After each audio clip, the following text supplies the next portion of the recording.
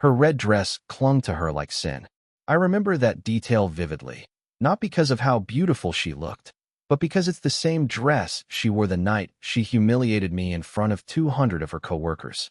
My wife, Jessica, danced with her boss like I didn't even exist, as if the vows we exchanged meant nothing compared to the glint of a higher paycheck or the rush of some filthy office fling. And I just stood there, watching it all unravel with a plastic cup of cheap champagne in my hand. It was Jessica's company party, the kind they threw once a year at that obnoxious rooftop bar downtown, where the view is better than the people. She insisted I come, said it was important, said her boss, Mr. Dalton, would finally meet me, that I should make a good impression. She picked my suit. She told me to smile more. She made it sound like this night was for us. Turns out, it was just for her. I noticed something was off the second we walked in. She let go of my hand the moment we crossed the threshold. Didn't even look back. Just strutted toward her colleagues like she'd been unshackled. I followed like some obedient mutt, shaking hands with strangers, pretending not to notice how often her eyes darted toward Dalton, the kind of silver-haired prick you just know plays golf 3 times a week and cheats on his wife with every assistant he hires. Then the music started. Some slow, jazzy track. Jessica laughed louder than she needed to and took a step closer to Dalton. And then it happened.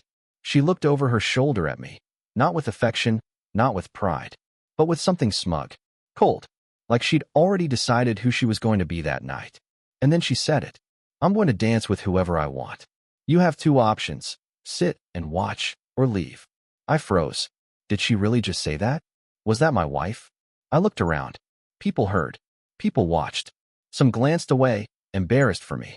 Others smiled like they were used to this sort of humiliation. I wasn't. I stared at her, trying to find the woman I married underneath all that lipstick and arrogance. But she was gone, replaced by someone cruel, vain, someone who wanted to see me squirm. So I left. I didn't make a scene. I didn't throw my drink or yell or grab her arm like some lunatic. I turned and walked out, past the valet, down the street, into the rain. I didn't even grab my coat. I let the night swallow me whole. But here's the part she didn't expect. Jessica regretted it. Not weeks later. Not the next day. The second I left. She must have thought I'd stay and watch like a weak little puppy. She thought she had me wrapped so tight I'd endure whatever public disgrace she handed me. But when I left, really left, I took something with me she didn't know she valued until it was gone. Control. Because that night, when I didn't come home, when I didn't call, when her texts piled up unread, she started unraveling.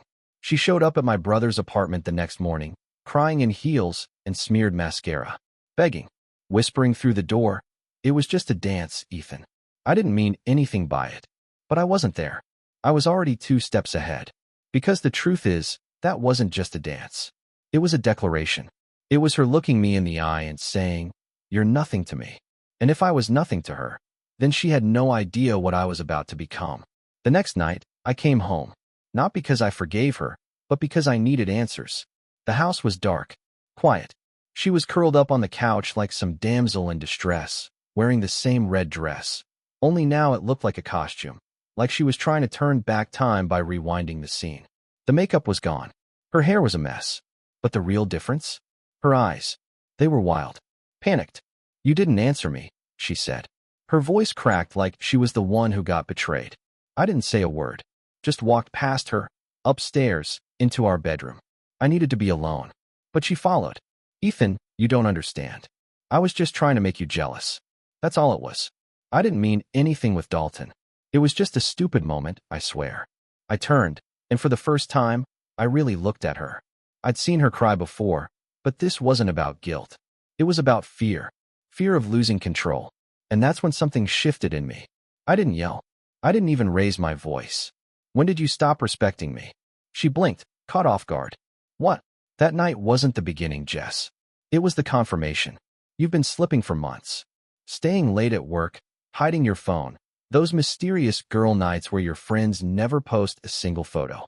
You think I didn't notice?" Her jaw tightened. "So now I'm not allowed to go out? You're not allowed to lie. And you're terrible at it." She scoffed, turning away. "Oh my God, you're being so dramatic." I nodded slowly. That word, dramatic, hit harder than I expected. It was the same one she used when I found the receipt in her purse last month. A hotel downtown. 2 martinis, an appetizer, 1 room. She said she had lunch with a client and used the room to rest because of a migraine. And like an idiot, I wanted to believe her. But that night, watching her grind up against her boss like some thirsty college girl, everything clicked. Later that night, I waited for her to fall asleep. Around 1:30 a.m., I slid her phone out from under the pillow. She always kept it close now, tighter than she ever held me. She had changed the password weeks ago, but she underestimated me. I knew her better than she thought. Her sister's birthday, 0827. Unlocked. My hands were shaking. Not because I was scared of what I'd find, but because I already knew. I scrolled past the usual apps until I hit the hidden folder in her gallery. Buried deep. And there it was, photo after photo of her with Dalton. Selfies in an office. Her in a black lace outfit I'd never seen before. One video where she whispered, "Tell me I'm your dirty little secret," then giggled like a goddamn high schooler. My chest burned. My mouth went dry. And still, I kept going. The messages were worse. Dalton, your husband have any clue where you were last night? Jessica, he still thinks I'm with Megan. Men are so easy. Every message was like a nail in the coffin of our marriage.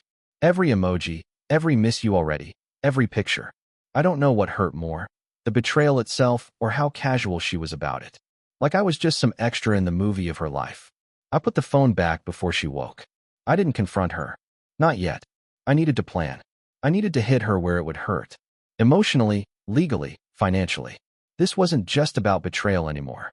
It was about justice.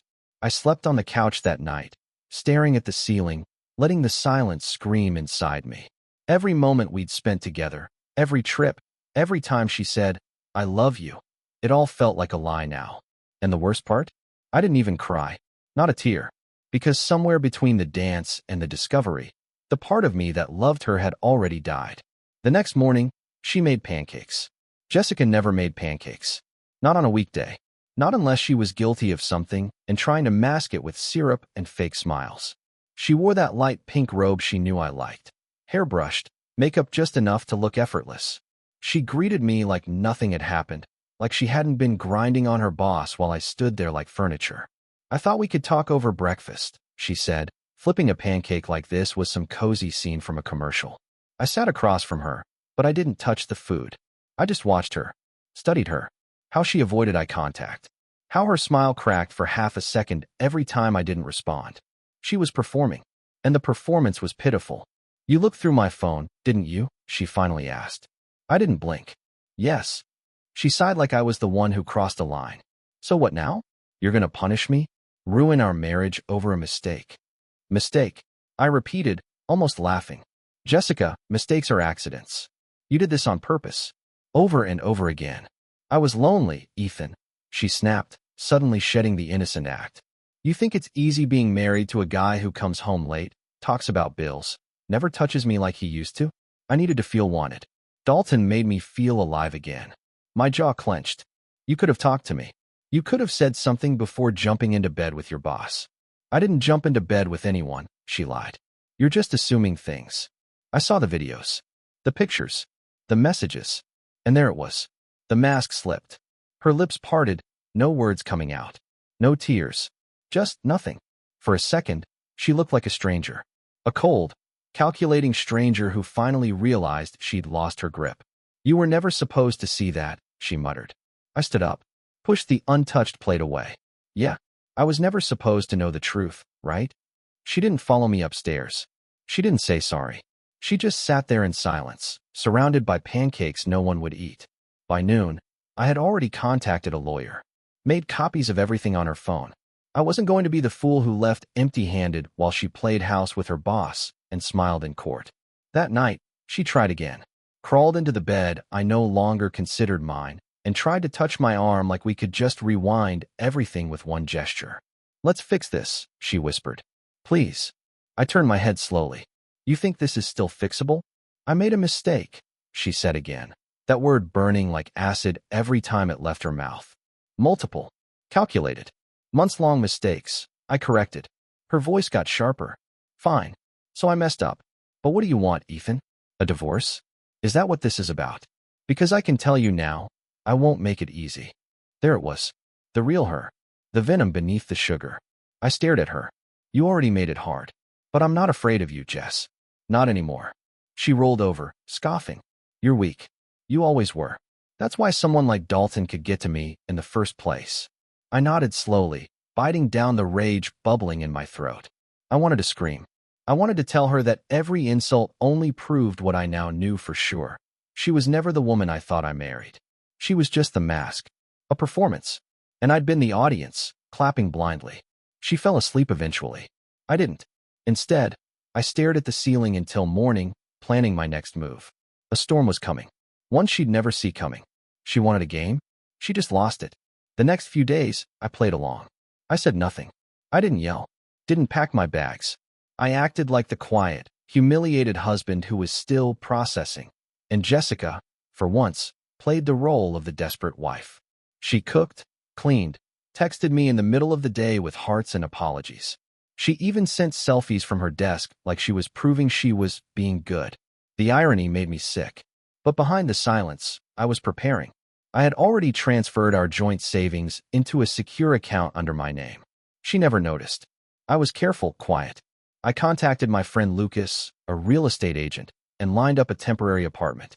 I scheduled consultations with a private investigator, not to find more, but to document what I already knew. I needed everything clean, undeniable, on paper. The courts don't care about heartbreak. They care about evidence. And while I laid the groundwork, she got lazy. By the third day, she started texting less. Her tone changed. The guilt faded and the arrogance returned. She was comfortable again, too comfortable. She thought I was over it. She thought she still had power. Then Friday night hit. I told her I had a late meeting. Left around 6 p.m., fully dressed for business. But I never went to the office. I doubled back. Parked 2 blocks from the house. Sat in the shadows, waiting. At exactly 7:14 p.m., Dalton's sleek black Mercedes pulled into our driveway. She let him in. No hesitation. No pause. She didn't even text me a fake check-in. I crept to the side window, just enough to see into the living room. There she was, in that same black lace outfit from the photos on her phone. His hands were already on her waist. She giggled, said something I couldn't hear, and pulled him toward the couch. They dropped onto it like it was a routine. I felt something break in my chest. Not like a snap, more like a slow, cold rip. Not because I was hurt anymore. That part of me was long gone. It was because I knew her now. Really knew her. No more illusions. No more, maybe she's just lost. No, she was rotten. Selfish. A user who wore love like a disguise. I recorded everything. 2 minutes. 5. 10. Just enough. Then I walked to the front door and knocked. Hard. I heard movement. Panicked whispers. Footsteps. She opened the door half-dressed, wide-eyed like a child caught stealing candy. But this wasn't candy. This was my life.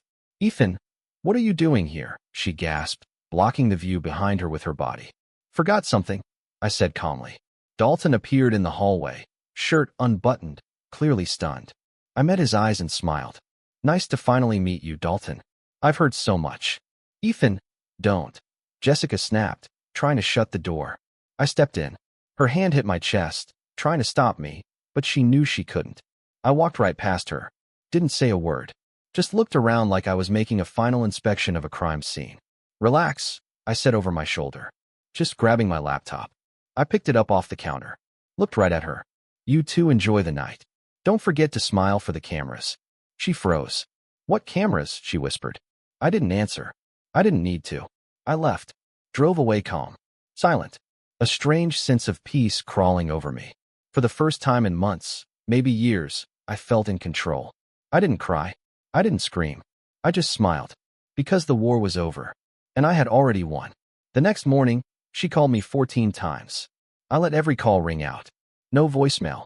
No response. Just silence. Something she wasn't used to. Jessica thrived on chaos, on shouting, on drama. Silence. That was a language she couldn't speak. It terrified her. By noon, I got the first text. Ethan, we need to talk. Please. I made a mistake. Then another. You don't understand. It wasn't serious with Dalton. It just happened. And another. Why are you doing this? I said I was sorry. I didn't respond. Not yet. She wasn't ready to hear what I had to say. But I was ready to move forward, and every step I took now was calculated. Cold. Necessary. I went to my lawyer. Dropped off everything. Photos, screenshots, a copy of the security cam footage I'd installed a week before, something she never noticed behind the decorative lamp. The video showed her and Dalton entering the house, her laughing, tugging him by the belt. Clear. Undeniable. Perfect. The lawyer looked through the files and said only 3 words. She's screwed. That night, I returned home. Not to live, but to observe. She was in the kitchen, pacing, her phone in one hand, a glass of wine in the other. She was still in that same silk robe, mascara smudged, eyes twitchy from lack of sleep. I could smell the stress on her like cheap perfume. When I stepped inside, she jolted. Like she wasn't sure if I was a ghost or a man. "You have to talk to me," she blurted out. I shut the door behind me, calm, deliberate. "Why? So you can lie again?" "I didn't lie. You said it was one night." She swallowed hard. "Okay, I lied. It was a few times. But I swear I didn't feel anything. It was just, I don't know, power, excitement. I felt invisible with you, Ethan." Funny. That's exactly how I felt at the party. That shut her up. She stood there trembling, one hand on the counter. The same spot she'd probably bent over for him. I stared at it. My chest tightened, not from heartbreak anymore, but from rage. Pure, clean, focused rage. "I loved you," I said. "I gave you everything. Time, trust, loyalty. And you handed it to the first man who made you feel like a teenager again." Her lips quivered. "I thought you'd fight for me. I am fighting, just not in the way you expected." She shook her head. "What does that mean?" I slid the envelope across the table. Thick, sealed, official. Her hand trembled as she picked it up. "Divorce papers," I said. Her knees buckled. "No, Ethan, no. We can fix this. I'll quit my job. I'll block Dalton. We'll go to therapy. Please." "It's too late." "I didn't think you'd actually leave me," she whispered. "That's because you think actions have no consequences. But this is your consequence." She started crying. Real, ugly crying. The kind where the soul cracks a little. But it was too late for tears. The woman I married was long gone, replaced by someone I didn't even recognize. She tried one last time, voice desperate. "Please, Ethan. I'll do anything. Don't walk away." But I already had. I turned, walked to the door, and paused only once. "You wanted to feel wanted, Jessica? I hope he was worth everything you just lost." Then I left. Again. But this time, I wasn't coming back. A week passed. Not a day of it felt real. I moved into the apartment Lucas found for me. Small, clean, quiet. No red dresses hanging on closet doors. No lingering perfume. No hidden phones under pillows. Just space. Space to breathe. Space to think. Space to feel every twisted, broken part of myself, and slowly stitch it back together. Jessica kept calling. At first, every hour. Then a few times a day. By the end of the week, her texts were paragraphs. Please. Promises. Threats. One minute she was begging to start over. The next she was accusing me of overreacting, as if I'd tripped over a coffee table and not the complete implosion of my marriage. I didn't answer any of it, but I read every word. And with every message, I felt less of the man she tried to destroy and more of the one I used to be. Stronger, sharper, awake. Then came the call from Dalton's wife. Her name was Valerie. She'd found my number through mutual contacts after hearing rumors around Dalton's office. Turns out, what happened in my house that night wasn't their first time, or even their fifth. Jessica wasn't the only woman Dalton had used, and according to Valerie, she wasn't even the youngest. "He does this every year," she told me. "Picks someone under him, literally, and breaks their life apart." I didn't know what to say. Part of me wanted to feel sorry for her. Part of me didn't care. She asked if I was planning to go public with the footage. I told her I wasn't yet. She said she'd support whatever decision I made. Said I deserved better. I thanked her and hung up. An hour later, Jessica showed up at my apartment. I hadn't told her the address. I guess she had her ways, too. She knocked like she didn't care if the neighbors heard. I opened the door slowly, bracing myself for another monologue of fake remorse. But this time, she looked different. Less put together. Hair frizzed. No makeup. Eyes red. Her armor was gone. "I'm not here to fight," she said softly. "Then you should leave," I replied, already moving to close the door. "Please. Just 5 minutes. I need to say something, and I swear I'll go." I hesitated, then stepped aside. She walked in like someone visiting a grave. The silence sat heavy between us. "I didn't think you'd be able to walk away," she said eventually. You always forgave. You always came back. I didn't respond. She took a breath. I wasn't happy, Ethan. I thought it was your fault. I thought you stopped trying. But the truth is, it was me. I changed. I wanted attention, power, excitement. I let that need ruin everything. You didn't just ruin this, I said. You ruined me. She winced. Look down. I wanted you to break, she admitted. At the party. I wanted to hurt you. I don't even know why anymore. Maybe because I hated myself. I leaned against the wall, arms crossed. And now I hate myself even more. She pulled something from her bag. It was her wedding ring. She placed it on the counter. I'm not asking you to take me back. I know I don't deserve that. I just wanted to tell you that. I'm sorry. Not because I lost you, but because I finally realized what I destroyed. I looked at the ring. At her. I loved you so much, Jess. I know, she whispered. And that's why I'll regret this for the rest of my life. She didn't wait for forgiveness. She turned and walked out. I stood there long after the door closed, staring at the ring. No tears. No relief. Just silence. But for the first time, it was mine. The divorce went through faster than I expected. Thanks to the evidence, the infidelity clause, and a damn good attorney, everything that could have dragged out for months was over in just under 6 weeks. She didn't fight back like she said she would. Didn't drag me through the mud. Maybe it was guilt. Maybe it was fear. Or maybe, deep down, she finally realized she had no right to keep anything that came from a marriage she burned to the ground. I kept the house. She moved out before the ink was dry. I visited once, just to walk through it. The kitchen still had that little chip in the counter where we once tried to open wine with a screwdriver. The living room smelled like her shampoo, faint and distant. Our bedroom felt like a hotel room. Cold, generic, empty of soul. I didn't stay long. The place was mine on paper, but it didn't feel like home anymore. After the documents were finalized, I took a few days off work. Drove out to a cabin my uncle owned upstate. No phone service. No reminders. Just trees, wind, and a silence that wasn't heavy anymore. Just still. And somewhere in that quiet, I let it hit me. Not just the betrayal. Not just the anger. All of it. The years I spent building a life with someone who looked me in the eyes every day while keeping a whole other world hidden behind her smile. The birthdays. The vacations. The way she used to trace circles on my chest before falling asleep. I remembered it all, not with pain, but with clarity. It wasn't all fake. Some of it had to be real. But whatever it was, it died the moment she danced with her boss like I was invisible. That night kept replaying. Her words burned more than the images ever did. I will dance with whoever I want. She said it like it was nothing. Like I was nothing. And now she was gone.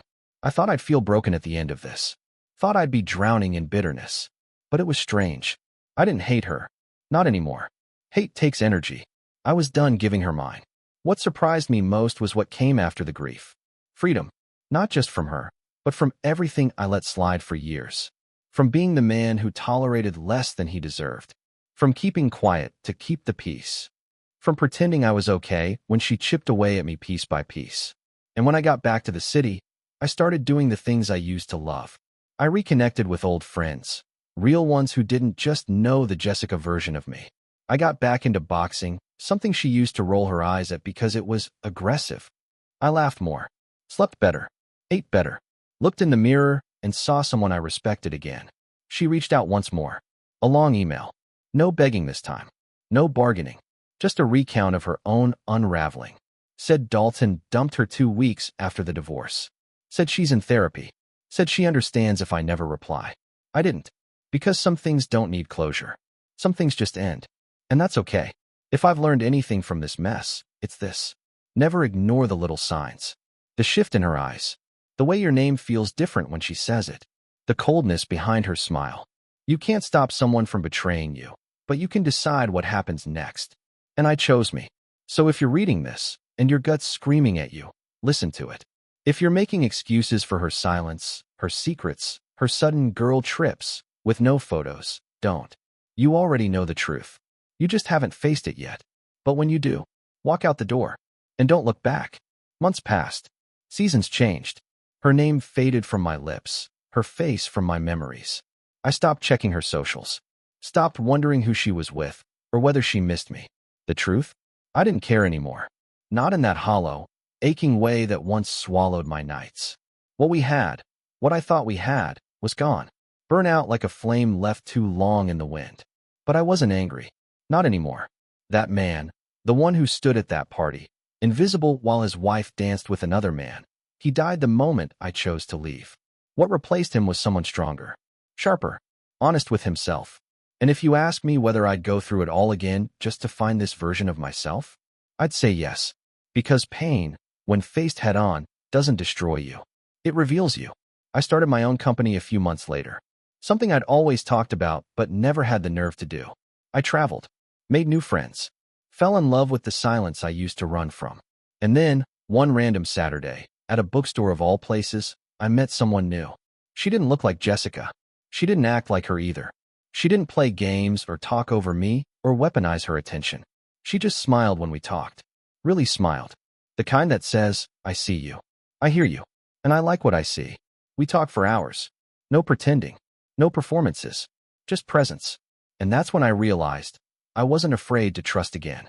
Not because I'd forgotten the betrayal, but because I survived it.